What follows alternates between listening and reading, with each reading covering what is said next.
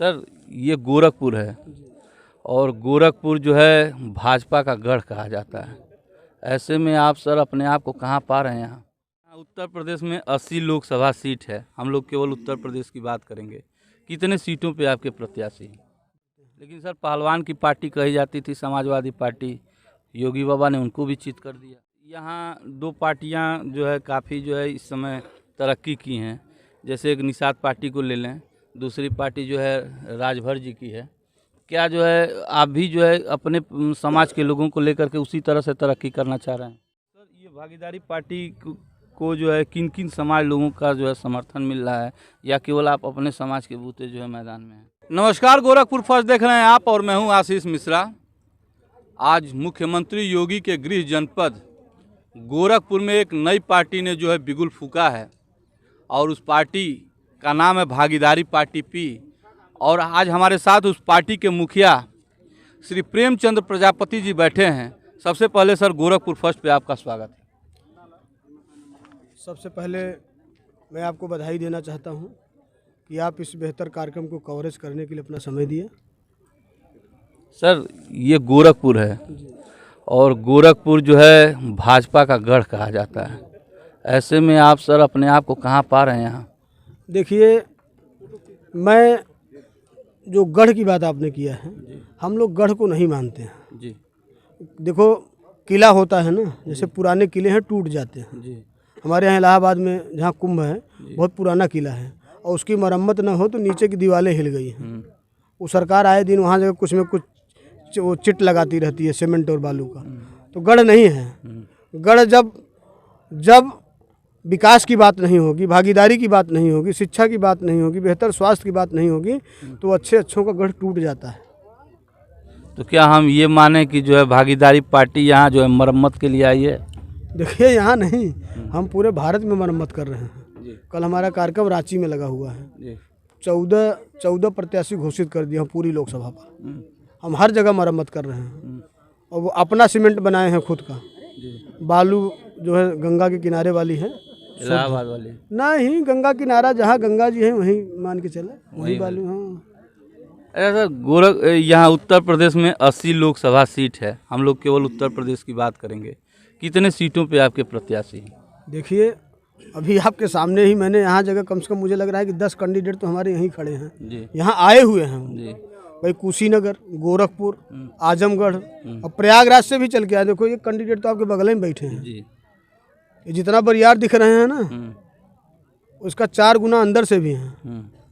पूरा फूलपुर लोकसभा जो केशव प्रसाद मौर्य का गढ़ है, जहाँ से चुनाव हार गए, हार गए ना विधानसभा का चुनाव, वहाँ से ये बिलोंग करते हैं। लेकिन सर पहलवान की पार्टी कही जाती थी समाजवादी पार्टी, योगी बाबा ने उनको भी चित कर दिया। अब देखो, संविधान का दौर चल रहा है, पहलवानों की पहलवानी खत्म हो गई है जी।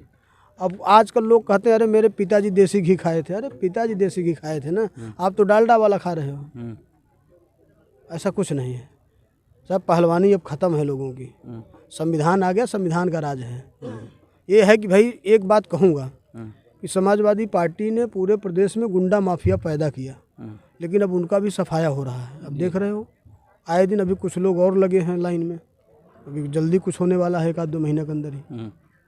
सर यहाँ दो पार्टियाँ जो है काफ़ी जो है इस समय तरक्की की हैं। जैसे एक निषाद पार्टी को ले लें, दूसरी पार्टी जो है राजभर जी की है। क्या जो है आप भी जो है अपने समाज के लोगों को लेकर के उसी तरह से तरक्की करना चाह रहे हैं? देखिए, राजभर जी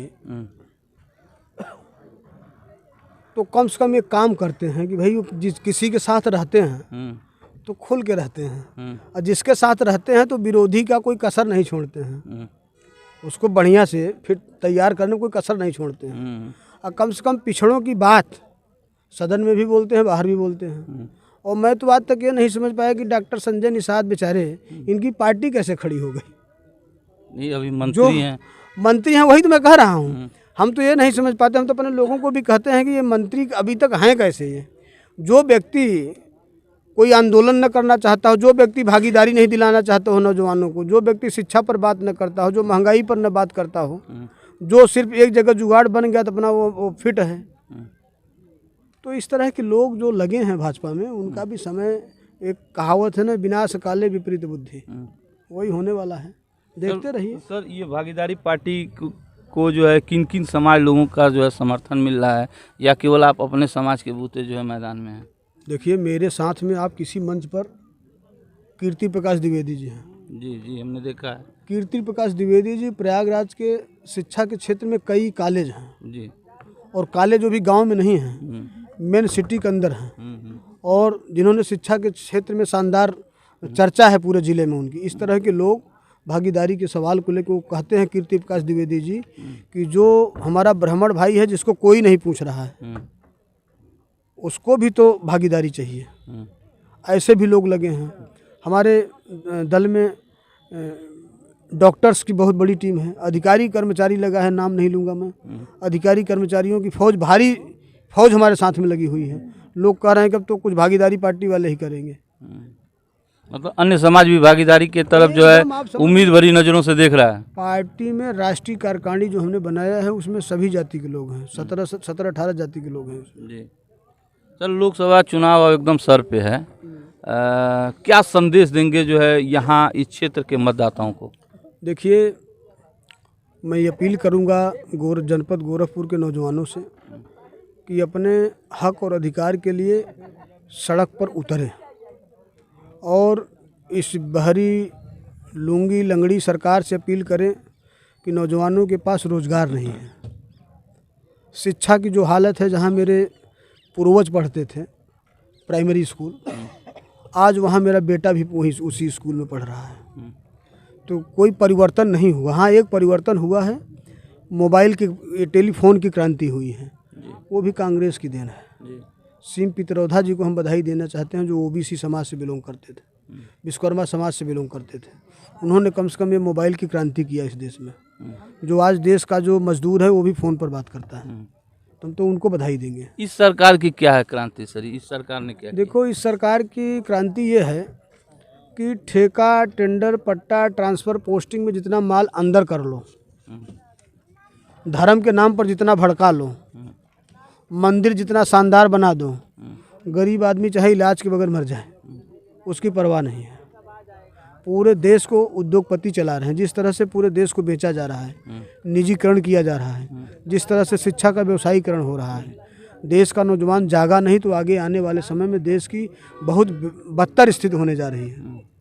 किन मुद्दों पे जो है आप हैं? केवल बेरोजगारी, महंगाई और क्या मुद्दे हैं? हमने तो कहा कि अगर हमारी सरकार बनती है प्रदेश में तो हम लोग 300 यूनिट बिजली फ्री करेंगे।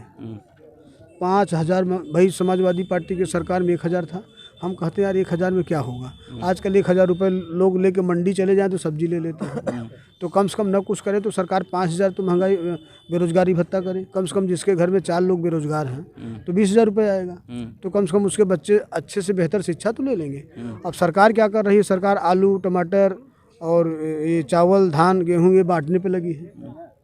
इस पर हमारा वोट लेना चाह रही है। अरे आपको अगर गरीबों का भला चाहते हो तो शिक्षा फ्री कर दो, मेडिकल कॉलेज MBBS की पढ़ाई फ्री कर दो, इंजीनियरिंग की पढ़ाई फ्री कर दो, ये सब काम करो, तब कुछ लगे कि यार भाजपा कुछ कर रही है। भाजपा तो कुछ कर ही नहीं। भाजपा जो कर रही है, 1750 थाने हैं उत्तर प्रदेश में, और 1750 यहीं गोरखपुर से देख लो आप।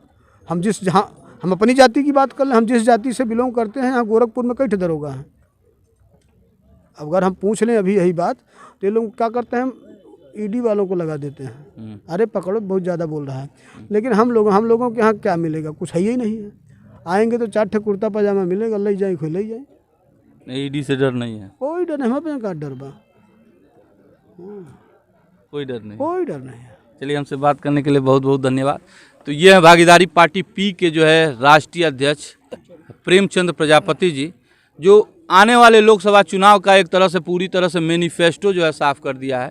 इन्होंने बताया कि हमारी सरकार बनेगी तो हम कम से कम जो है 5000 रुपये का बेरोजगारी भत्ता देंगे, शिक्षा फ्री करेंगे। बाकी अन्य जो है खबर हमारे साथ बने रहिए। नमस्कार।